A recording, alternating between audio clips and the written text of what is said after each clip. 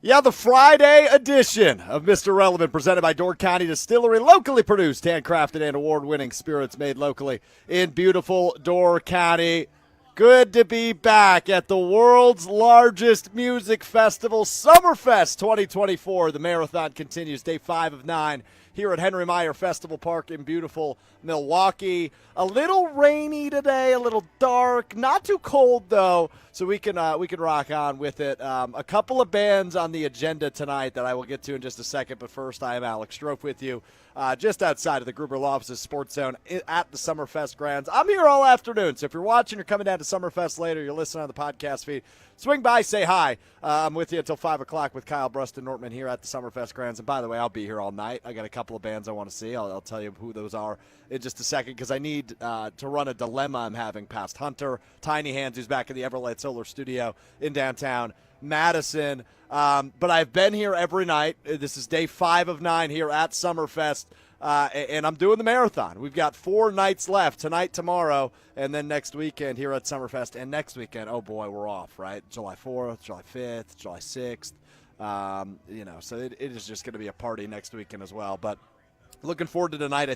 Hunter, I think tonight is the best music night for me personally of the 9 days at Summerfest. However, I am having a dilemma.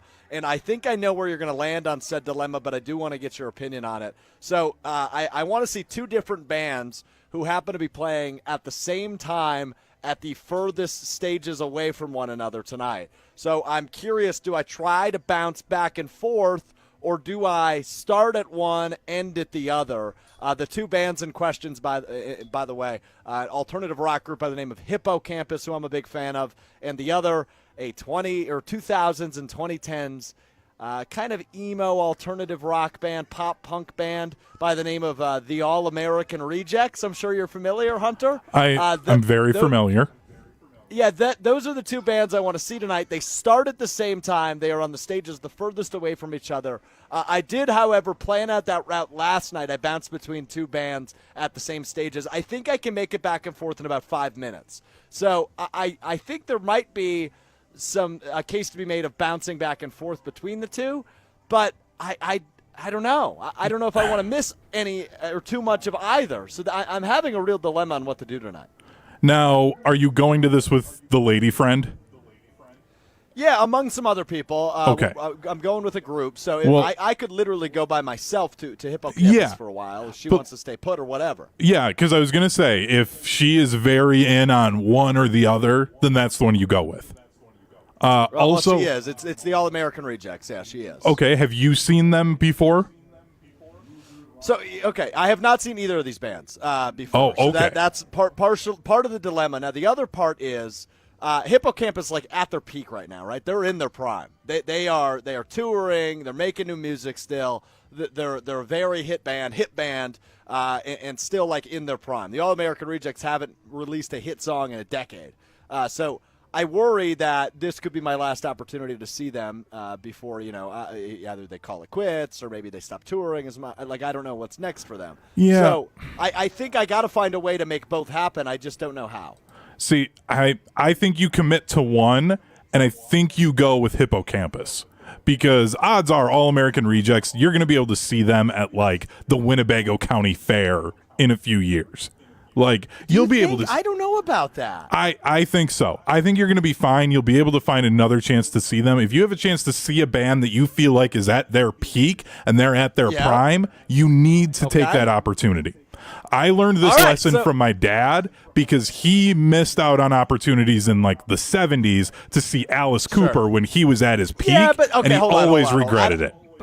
But I don't know if either of these bands are comparable to Alice Cooper, right? Sports Cards and More on the ESPN Milwaukee YouTube stream says, dude, you got to go to All-American Rejects, all right? So we have opinions. We'd love to hear yours on the ESPN Madison, ESPN Milwaukee YouTube streams, as well as the ESPN Madison Facebook page. And if you're listening after the fact, Apple Podcasts, Spotify, wherever you get your podcasts, where you can find Mr. Irrelevant, presented by Door County Distillery. Let's dive into the sports side. Maybe we'll come back to this band dilemma I'm having tonight here at Summerfest 2024, day 5 of 9 here at Henry Meyer Festival Park. The Cubs come back to town tonight. The Traitor's back.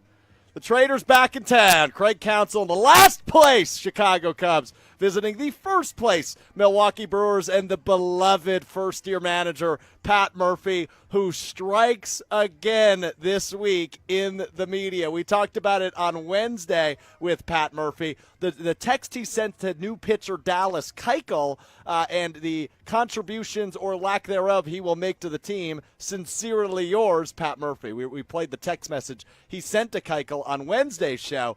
Now, earlier this week, Pat Murphy, in true Pat Murphy fashion, saying this, quote, "I don't look at Twizzler."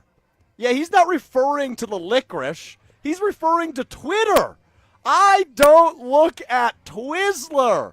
So if you want to get at me on Twizzler, you can do that at Alex_Strouf, STROUF is where you can find me on Twizzler.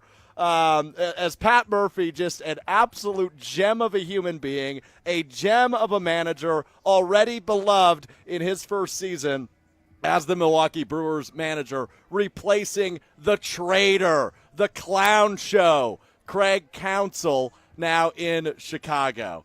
I love it. I love Pat Murphy. This dude is an absolute gem. Hunter dubbed him earlier in the week Wisconsin's dad, and I wasn't sure if I agreed with that. Hunter, after this one, I mean, this sounds like something everybody's dad would say. Exactly. I don't look at Twizzler. Exactly. He's cemented it now. He is locked in. He's Wisconsin's dad. Yeah, I'm with you. I don't think there's an argument against it anymore, Hunter. But you know who else this reminded me of? And I'm curious if you thought this as well. There is a now former NFL coach who would say this exact line. Do you know who I'm thinking of? Exactly like Bill Belichick. 100%. Yeah, it sounds like Bill Belichick.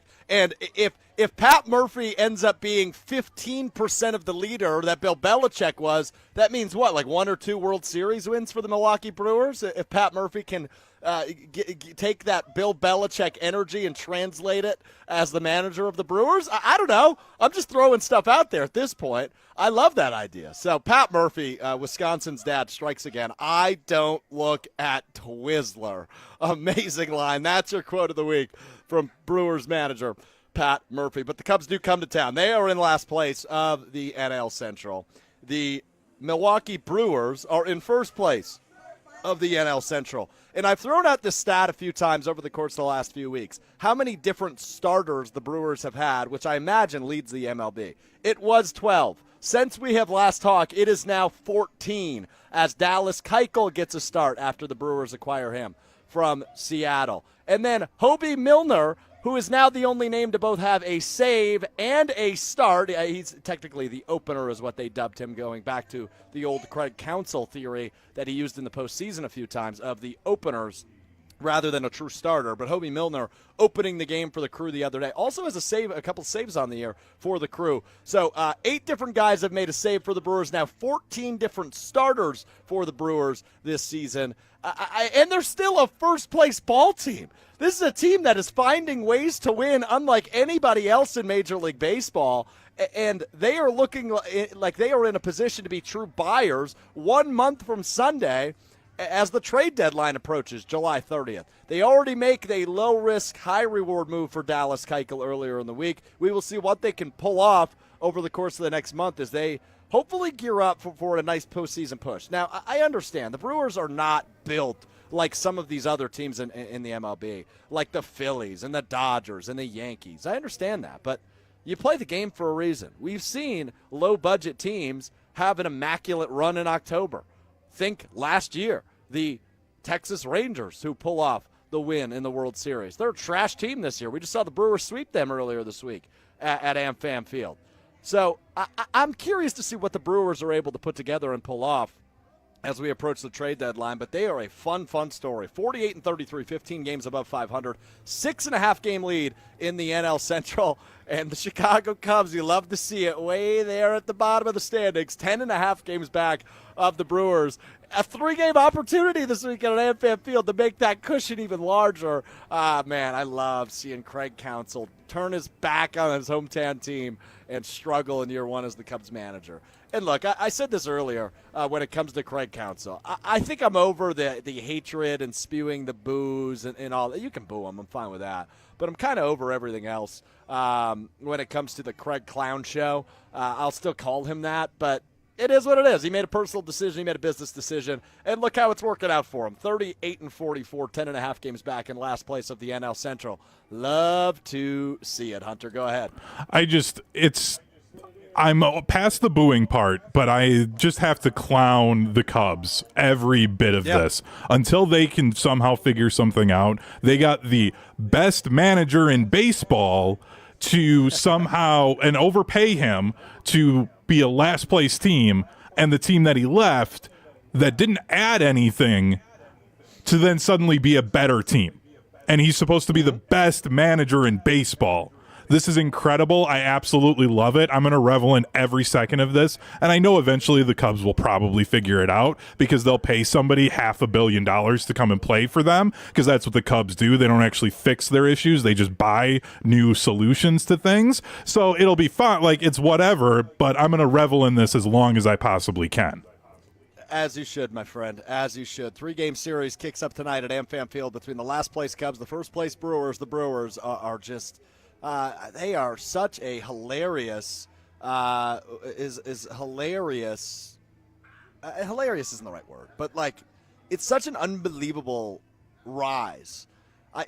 They're winning in ways you just wouldn't expect. They've got these young up and comers that are having their moments. You have the Rhys Hoskins grand slam earlier in the week. You had the Jackson Churio inside the Parker earlier in the week. It's just weird how they're finding ways to win, but they are such pure entertainment value. And I've said this time and time again. I will do it one more time as we wrap up the Brewers talk here on today's edition of Mr. Irrelevant. But if you are one of the baseball fans that turns on opening day and kind of tunes out until post-All-Star break or around this time once the NBA Finals and the NHL Stanley Cup wrap up, man, you're waking up at a good time. You're waking up to a first-place ball team, and you're going to enjoy the hell out of it. Typically, that's how I am as a baseball fan, but this team just continues to pull me back in this year, and they are really, really fun to watch. David on the YouTube chat, going back to the band dilemma we talked about at the beginning of the show. Strouf, if you're having a band dilemma for Summerfest tonight, I have an easy fix. DJ Strouf on location. Problem solved. I'm going to give you a sneak preview of DJ Strouf. He is going to make his full-blown appearance on Kyle Bruston Nortman later today as we relive some of the greatest TV show theme songs in history on Kyle Bruston Nortman from 2 to 5 on ESPN Wisconsin later this afternoon. But Gabe Neitzel, who will join me tomorrow, as well as Jason Wilde, here at Summerfest for our annual State of the Packers show, which, by the way, you do not want to miss that tomorrow from 1 to 4 p.m. here live from Summerfest. State of the Packers, Jason Wilde, Gabe Neitzel, and myself with you, breaking down each position group from 1 to 4, and that'll be replayed a ton this week across ESPN Wisconsin for the holidays, July 4th and July 5th. You can catch some replays of that wherever you get your podcasts, watch it live on YouTube. It is one of my favorite shows of the year. But anyway, Gabe Neitzel was on Greeny today. At the end of the show, I will give you a sneak preview of DJ Strouf and what Gabe Neitzel has inspired for us later this afternoon from 2 to 5 on Kyle Bruston Norman. All right, let's do this. Let's talk about Door County Distillery, locally produced, handcrafted, award-winning spirits made locally in beautiful Door County. Everything they do it better than everybody else. They do it local, and they know how to make a kick-ass party, whether it's that cherry vodka made with local Door County cherries, the cherry brandy, same thing, their coffee extract made in collaboration with Door County Coffee, and everything. I mean, the award-winning whiskeys. I'm a whiskey guy. They're 27-time award-winning single malt whiskey. They've also got the delicious bourbon. They also have rye whiskey, if that's your flavor.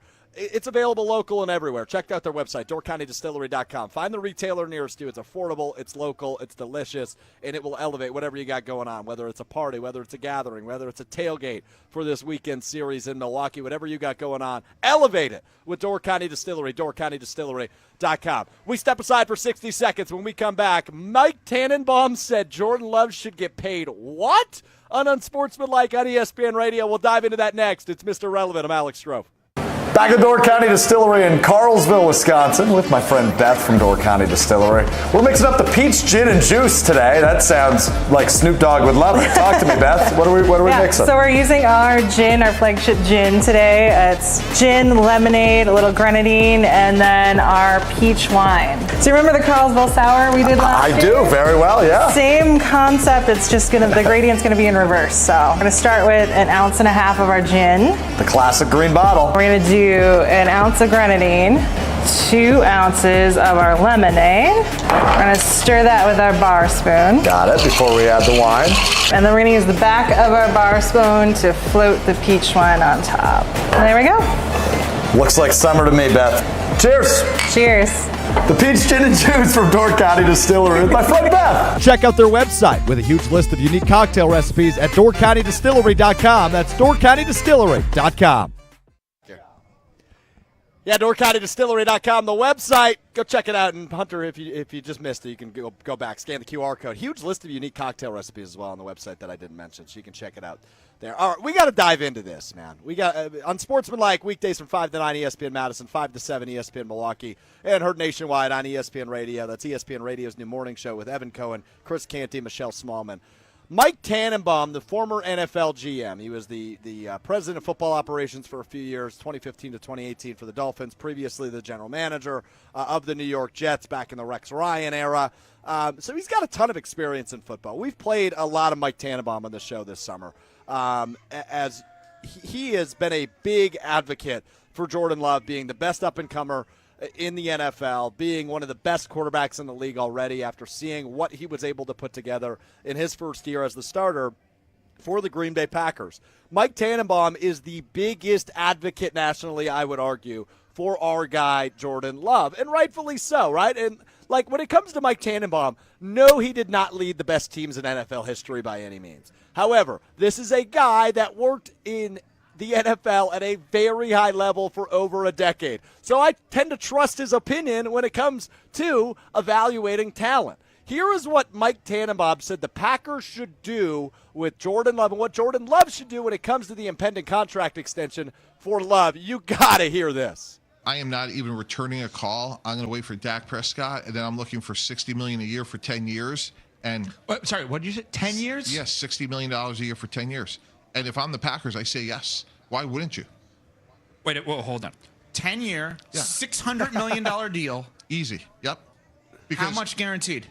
That's where it's going to get interesting. You know, like I want 300 at least guaranteed. Yeah, I want to be less than that if I'm the Packers. But here's what's going to happen, guys. We're at 55 now. You know, Dak Prescott is going to get fill in the blank, 56, 56 and a half. Either from, let's just say, Dallas or the Raiders. Someone's going to pay him that. If I'm Jordan Love, much the way we're going to see Jamar Chase sort of like draft behind the Justin Jeffersons of the world, if I'm Jordan Love, I'm telling my agent, don't return a call until Dak Prescott signs. And when he signs, we're going to go north of him. So if it's at 55 now, it goes to 56 and a half with Dak. $60 million for someone who's his age is a very reasonable number. But we're up. Is a very reasonable number. Reasonable is not the word I would use to describe that contract extension. However, is it a good idea? Now, the only other contract like that we have to compare it to is a few years ago when Patrick Mahomes signed his 10-year, $500 million extension. So that's $100 million less than what Tannenbaum is suggesting here, and obviously $10 million per year less than what Love could get signed. Obviously, the market has changed, and that's why the Chiefs were smart for pulling the trigger when they did. It actually may have been a 10-year, $450 million a year deal, Hunter. If you don't mind looking up Mahomes' contract, I'll look that up. It's either 450 or 500. It was a ridiculous deal though because it was 10 years. He had just won the MVP 2 years prior, and then won his first Super Bowl the season in which they signed that extension. So it was absurd at the time. We viewed it as such a long-term commitment to a guy who had done some stuff, right? He had won a league MVP, had won a Super Bowl. Neither of those things Jordan Love has done. The Jordan Love scenario was weird, though, because you only got really 1 year of Love on a cheap deal. He sat for 3 years. They had to make the decision on whether they would give him the fifth-year option. They extended him and kind of hedged their bets, but now they're faced with the decision of, okay, he won a playoff game. He was the best quarterback in football the second half of the season. He has proven he can be a franchise-level quarterback. So now what do? Oh, you wait for Jared Goff to sign an extension at $53.5 million a year. Oh, and then you wait for Trevor Lawrence to sign an extension at $55 million a year. And now all of a sudden you've got two names left, Tua Tagovailoa who we talked about on Wednesday, is not being offered a $55 million a year deal, and Dak Prescott, who we imagine will get offered a $55+ million a year deal. But will it be this offseason? I defer to the Cowboys fan on the panel. Hunter, what is the chatter around Dak Prescott? Because you pay a hell of a lot more attention to what's going on in Dallas than I do. Is he going to sign this offseason? Will it be next year? Will he play on his current deal? Will he hold out? Where are the talks at with Dak Prescott? Because that's the guy Tannenbaum is referring to when it comes to, hey, you got to wait until this happens. The fan base is we're just hoping that it happens because they just don't want to deal with it. Like I keep saying, he's getting him into the playoffs. He hasn't been really the reason they've lost these playoff games. He hasn't played great, but he hasn't been the full reason why they've lost. I think that they get a deal done next year. And then that's terrifying if I'm a Packers fan to think that Jordan Love is just going to play on a 1-year deal and you're hoping that he doesn't get hurt or Teddy Bridgewater it or anything like that, because if that happens, then suddenly his number drops down to the Patrick Mahomes number of like $45 million, and he just lost out on close to $15 million a year because he decided to wait it out and deal with another quarterback. I think if I'm Jordan Love, you've got to just strike while the iron's hot. You've got to get the deal done while your stock is at the highest right now. And maybe you make it a 3 or 4 year deal instead of a 10-year deal like Mahomes did. It was 2020 offseason. He did 10 years, $450 million. But the Cowboys want to get it done, but they're also trying to figure out, like, okay, do we care more about CeeDee Lamb and Micah Parsons, who would both make about $30 million a year? Or do we care about having Dak at that close to $60 million? That's the issue that the Cowboys are in right now. And the Packers, luckily, they don't have to deal with that. So you might as well sign the quarterback. Yeah, not yet. And I don't know if they're going to have two guys that are going to be at that number. I mean, here's the thing you got to think about, right? Like a guy like Xavier McKinney. He's still young, and he's viewed as one of the best safeties in the league. Now, they just signed him, so they've got a few years. The wide receivers, what if one of those guys develops into a top-tier talent? What if one of the tight ends becomes the next Travis Kelce, George Kittle, T.J. Hawkinson of this league, right? What if they join the Sam Laporta club as the next up-and-coming tight end? I mean, you're going to have decisions to make, but luckily your window isn't in 2024. Your window is more in 26 and 27. You've got a few years. And that's why the Love contract is such an important piece to the future of this franchise, because the salary cap will continue to go up. We know that. Given prior examples in past years, the salary cap only continues to go up, which means you have more money allocated to pay a guy like Jordan Love that outrageous number of $60 million a year, and you'll have more money to play with some of those other guys that might develop into those big contract getters, those big money getters, offensively and defensively. And hey, what if a guy like, I don't know, I'm just going to throw a name out there. What if a guy like Quay Walker really takes the next step this season? You're going to have a decision to make on him at some point coming up here in the next few years as well. So it's something to keep an eye on. I think the idea of a 10-year contract is outrageous. I think it's completely asinine. I don't think Love has proven enough to you to sign a 10-year deal. I understand from a financial standpoint why you would think it might be a good idea, because in 8 years, $60 million a year is going to be pocket change for quarterbacks. We've already seen what happened to Mahomes. He's barely in the top 10 per year for quarterbacks. I think he's number 9 or number 10 in terms of annual average value at the quarterback position. But there was no quarterback like Patrick Mahomes. He's clearly the best in the league. It's not even close. So I understand the idea of a 10-year deal. I just don't think it's a very good idea right now, as much as I think Jordan Love is the guy. And as much as I think Jordan Love can be your franchise quarterback and can win MVP awards that can likely get you eventually to a Super Bowl and maybe even win one. But I think the idea of a 10-year deal is just insane, especially when it's at that money, right? $600 million. You heard Evan Cohen's reaction. Hold on. Wait a minute. What? Right? Because the idea is so out there, because there's only been one quarterback that's signed a deal like that, and he's the best we've seen, maybe ever, in Patrick Mahomes. 10 years is nuts, Hunter, right? Like, I'm not.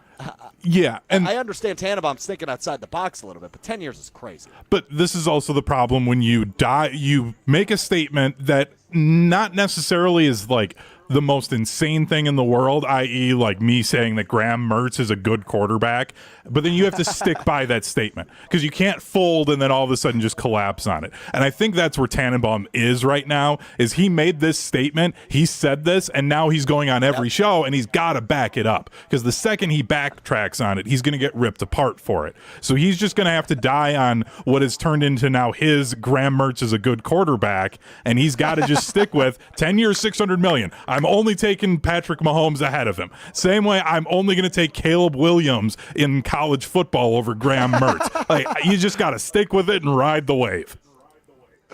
Oh, that was well done by you, man. Hold on real quick. Let's just state of the Graham Mertz check-in. Is Graham Mertz a good quarterback? Absolutely. Absolutely. Number 4 quarterback prospect in all of college football going into the draft. Dude's going to be a day 2 pick. I'm calling it right now. You're going to need to cut that, buddy. You're going to need to save that take. Oh, I will. That's bold. And you might be right, but obviously a lot rides on this upcoming season for Graham Mertz. Unbelievable. Hey, by the way, how about Squat Fest taking place today, the second annual Squat Fest at Wisconsin football today? Mark Tauscher was live there all day for Wilde and Tausch Day from 9 to noon. If you missed that, it was electric. Squat Fest, if you're not familiar, it's the second year for strength coach Brady Collins in the Wisconsin football program. It's something he installed last year. Every player on the Wisconsin football team maxes out their squat today. It's just electric. They've got a DJ, they've got lights, it's a whole thing, cameras everywhere. And Tauschi was in the middle of the mix today, which is just amazing during the second annual Squat Fest for the Wisconsin football program. As we gear up, I mean, the college football season's less than 2 months away. That's insane, man. We are almost out of the dog days. And really not even the dog days because the Brewers are so damn fun right now that we've still got something as Wisconsin sports fans to watch and keep our eye on.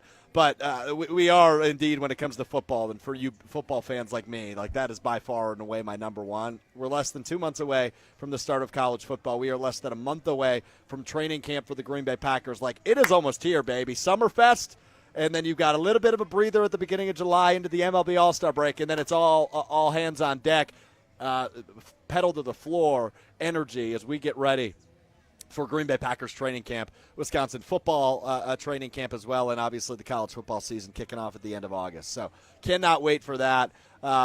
Before you know it, it is already going to be time for us to be talking Eagles-Packers in Brazil, which is just phenomenal and as exciting as all hell. So can't wait for that when it comes to all things football. But Love, look, I sound like I'm beating a dead horse because I continue to say it. I think it's between July 10th and the start of training camp when that deal gets done. It's about a week and a half window when Love has a football camp in Milwaukee. The quarterbacks and rookies report the day after his football camp, a couple days prior to that July 22nd date. That deal is going to get hammered out sometime in those 2 weekends, in that week in between when he has that football camp down here in the Milwaukee area. So that's something I'm keeping an eye on. But I would guess we're probably still about 2 weeks away from a contract extension for Love. But it'll get done.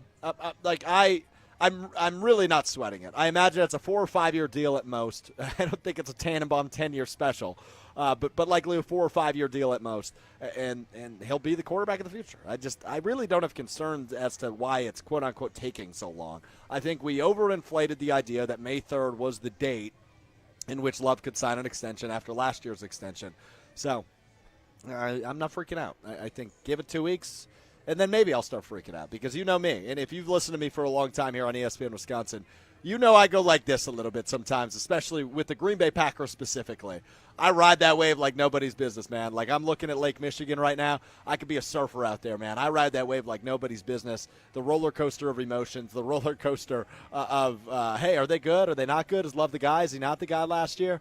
I ride that wave like nobody's business. So we will, I'm sure, get to a phase of that in the Love contract debacle. NBA draft over and done with. The Milwaukee Bucks with 2 selections. Pick 23, they grab A.J. Johnson, who played some ball in Australia, but out of Fresno, California, round 2. From the G League Ignite, they draft a guy by the name of Tyler Smith, the wrong Tyler. Hunter, you're a Marquette basketball fan. I like both teams. I really don't have a huge preference. I'm probably more Badgers than I am Marquette, but I like both teams. When Deputy Commissioner Mark Tatum said the Milwaukee Bucks select Tyler, did your heart drop a little bit? Because mine did. I was listening to it live as I was getting ready to play it on Kyle Brust and Nortman. when he said the Bucks select Tyler, I for sure thought it was Tyler Kolek, who was second on the big board. Yeah, I absolutely thought they were going to go Tyler Kolek. I almost had a dream come true with this draft. I thought they were going to take Kyle Filipowski from Duke with their first-round pick and then follow that up with a Marquette player. I mean, it would have been perfect. I would have been buying 2 jerseys. It would have been great. And instead, they go with 2 projects and are apparently think their window is in 4 years instead of right now. So I don't know. Yeah. But now I have to get a Knicks jersey, which is just weird. I'm going to do it, but it's weird. You are going to get a Knicks jersey. Heck yeah, I am. You're going to get Kolek Knicks jersey. Nice. Oso Iguodala, by the way, the other Marquette player drafted. He goes to the Phoenix Suns. He's from Chandler, Arizona, so cool of him to get the opportunity to play for his home team, which is really cool for Iguodala. But you mentioned Kyle Filipowski. I'm not going to dive into it. I'm not going to touch this. But it's so weird. If you haven't read the story on maybe why Kyle Filipowski dropped down the draft boards and into the second round, just Google his name. You can read into that. But I'm not gonna tell you the story on this program because it's weird, to use Hunter's word. But Kyle Filipowski, the story of the NBA draft, really odd. So take a read on that. Who gets drafted in the second round? 1 pick before the Bucks to the Utah Jazz there in the second round. So take a read on that. That's your weekend reading assignment from Professor Strouf here at Summerfest. But there you go. The Bucks, really drafting for the future. And 2 projects is the word Hunter used. I agree with him. I mean, it's just 2 guys that seem like they have abilities and they have talents. It's just a little raw right now. So we will see what comes to fruition on that. But look, at picks 23 and 33, you're likely not getting guys that can contribute right away anyway. So I don't know. I'm a little torn on it. I think free agency is much more of the free agency, which starts next week, is much more of the, hey, this will tell us what the Bucks think they truly have for the 24 season. But as it stands right now, the Knicks and the Celtics are above the Bucks in the Eastern Conference, so they're going the wrong way. Yeah, and it's my frustration with it is the fact that, and it's not even because I root for the teams that both Tyler and Filipowski played for, but the fact that those were 2 guys that were seen as players who could come into the NBA, come off of the bench and contribute, and then maybe they develop into starters.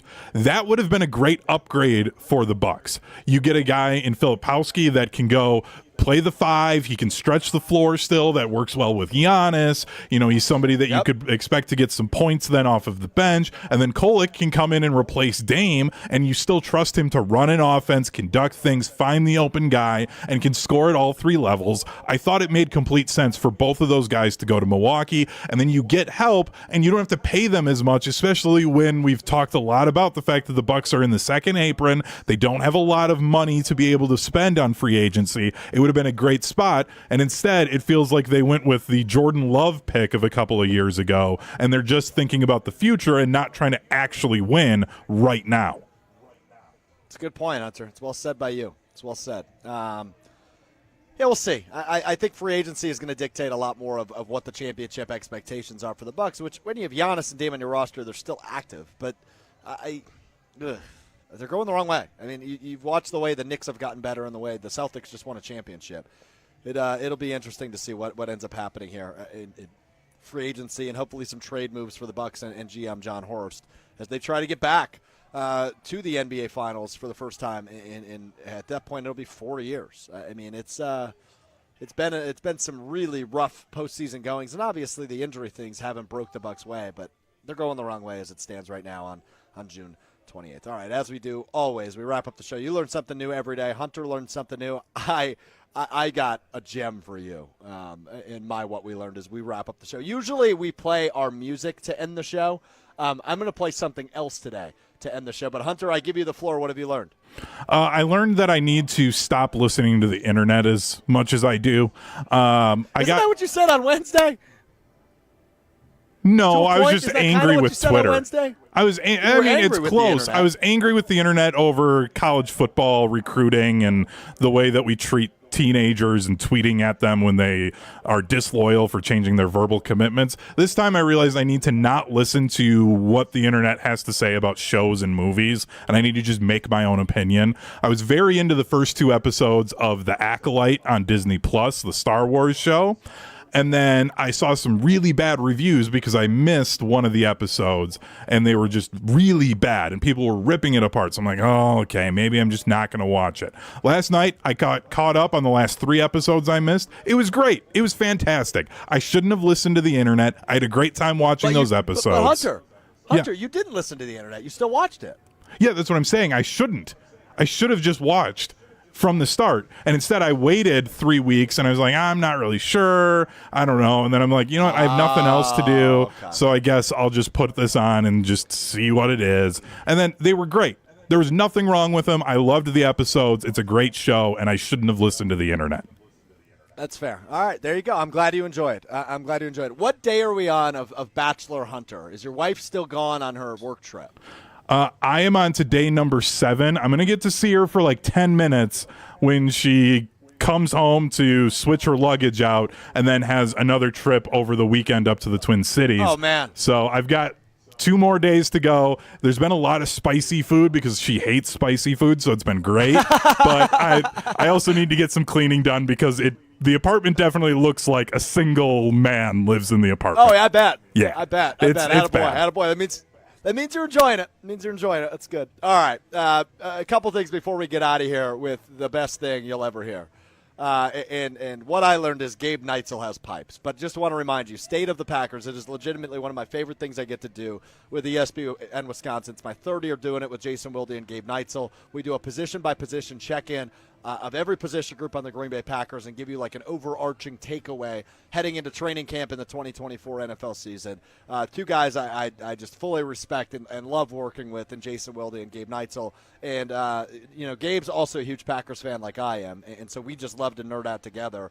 And then Jason, I mean, he's around the team. He's been around the team just about as long as I've been alive. So to hear his insight and some of the things and the sights and sound he sees in the off-season programs and talking to people in the building and talking to the players, it's just terrific insight. So if you're a Packers fan, you do not want to miss it. It's well worth your time. State of the Packers beginning at 1 o'clock on 94.5 ESPN Milwaukee tomorrow.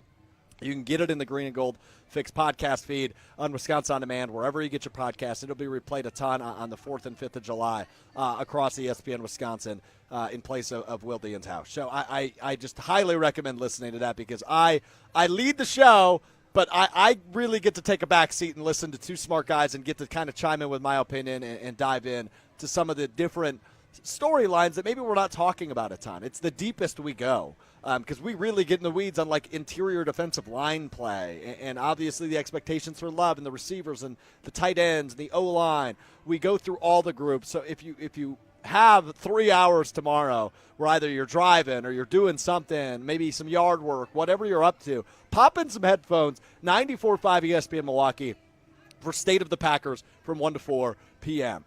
I imagine we will also hear this on State of the Packers tomorrow. What I learned is Gabe Neitzel of Jen, Gabe, and Chewy has pipes. Have a great weekend. We're back with you Monday beginning at 12:30 on these very platforms, wherever you get your podcast. Play us out, Gabe Neitzel. That's embarrassing. Don't be a fraud. In the world today takes everything you got.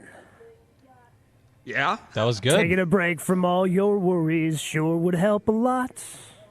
Wouldn't you like to get away? Get away. Bum, bum, bum, bum. Sometimes you want to go where everybody knows your name. And they're always glad you came. You want to be where you can see troubles are all the same. You want to be where everybody knows your name.